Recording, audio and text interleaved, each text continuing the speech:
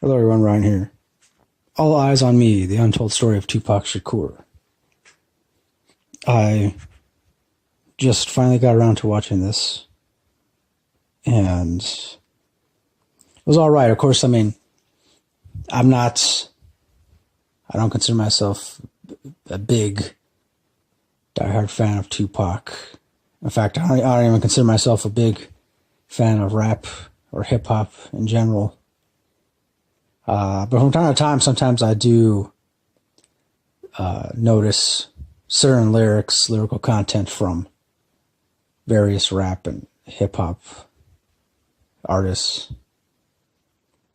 And I remember it was a while ago, one time I picked up a copy of, it was a collection of Tupac's poems. I think it was titled something like The Rose That Grew from Concrete, if I'm not mistaken, or something along those lines. And I remember I really liked it.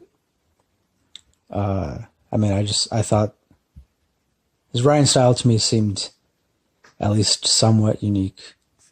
So I would definitely say that I prefer his poetry more than his rap lyrics, song lyrics. Though I mean, I guess, they kind of coincide with each other. So now I am aware that a lot of Tupac fans didn't really like this movie, and I can definitely see where they're coming from with that. Because I don't know, I guess initially this movie, or I don't know who the director or writers, whoever, I guess like they kind of hinted at that this movie would reveal a certain amount of information about his life and all that. And I guess it kind of did, but it still didn't really like go into great detail. I will admit, I didn't know that his mom, she was part of the Black Panther Party. And I had no idea about that. I had never even heard about it before. So I was surprised to see that. It also made me want to know more about his mom and the things that she did with the Black Panther Party, because they kind of touch upon that in the movie, but don't really like reveal too much about it. I mean, I guess because it's a movie about Tupac, not about his mom, and I guess supposedly his birth father. I want to say he was also a part of the Black Panther Party, or like some other kind of similar group or movement, but he never like really had a relationship with his biological father. He had more relationship, I guess, with his stepfather, who was also, I guess, a prominent, militant black leader. That's pretty much what they refer to him as in the movie. Of course, and then I like that it does touch upon, too, about when he was a kid, growing up in New York, and then having to move to Baltimore. And another thing I didn't know, I had no idea that he met the actress Jada Pinkett. Of course, now I guess she's known as Jada Pinkett Smith. She's married to Will Smith. But I didn't know that Tupac and Jada Pinkett, they met in Baltimore at this like performing arts school. And I guess they dated for a little bit, or, about us, I guess it wasn't really like serious, or in the movie it wasn't portrayed as being like a serious relationship. I mean, I guess, romantic to a certain extent. So yeah, I didn't know that. But then everything else after that, eventually then when Tupac was forced to move to California, I think I had pretty much already knew about everything else that happened to him during the, I believe, early to mid-90s. And that was mostly because growing up in the 90s, I had a couple older cousins who were big into hip hop and Tupac and the NWA and Ice Cube, and so I couldn't help but retain some of the factoids that they would shoot off here and there when I was a kid, and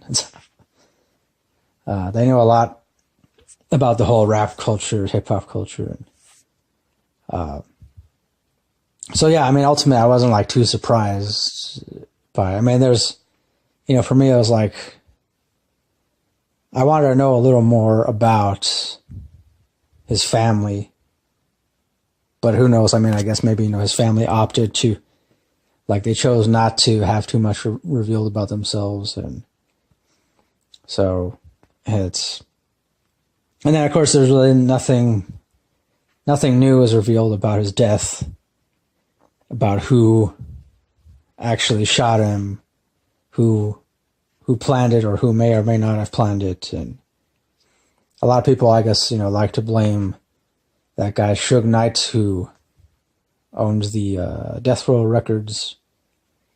And I don't know, I guess I would say like it kind of makes sense to suspect him, and because he's got a long history of violence and aggression. But to this day, unfortunately, there's nothing new. I mean, I don't know, unless, whoever actually did it, either they're long gone now, or they themselves possibly got killed, or, who knows. So it's, another thing I also found interesting was the fact that, like, because there were some songs that I liked from Tupac. I mean, mostly just because of the lyrical content.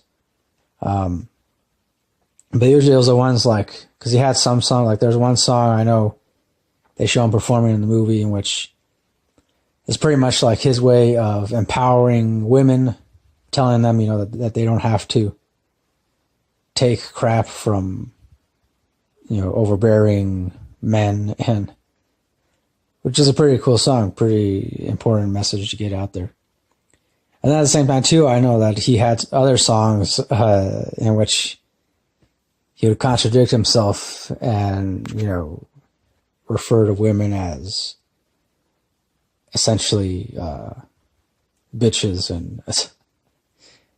And so I don't know, it got me kind of thinking a little bit like, I don't know what his reasons could have been for contradicting himself, like, because at the same time, too, like, supposedly the FBI, I don't know if it was because his mom and stepfather, and also, I guess, biological father, I guess because his parents had a long history of being a part of the Black Panther Party and other similar groups and movements.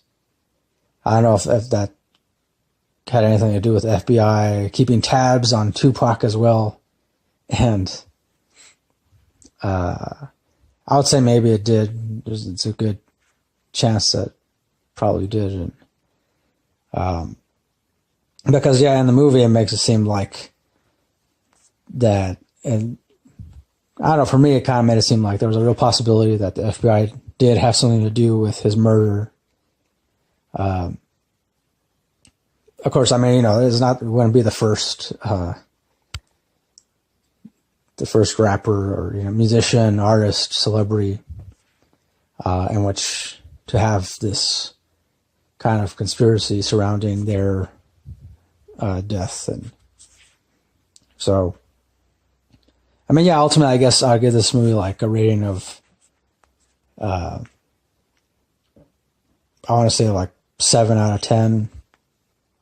Maybe 7.5 at the most. And yeah, just because, it's the stuff that I wanted, that I wish that they had expanded on, they didn't. And everything else is just, like I said, nothing really new. I mean, I don't think so. Although I do think the guy that played him, the actor's name is Demetrius Shipp Jr. Yeah. I do feel like he did a decent job. So, yeah, I mean, I think he definitely got the look down. And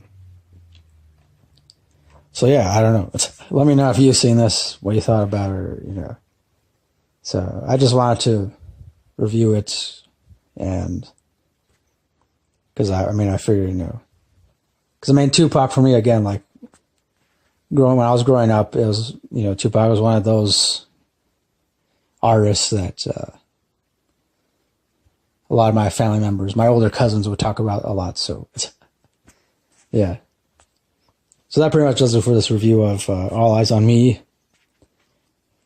the untold story of Tupac Shakur. So that'll do it. Thanks for watching. Thanks for listening. As always, till next time, don't forget, keep it real, keep on rocking, and peace.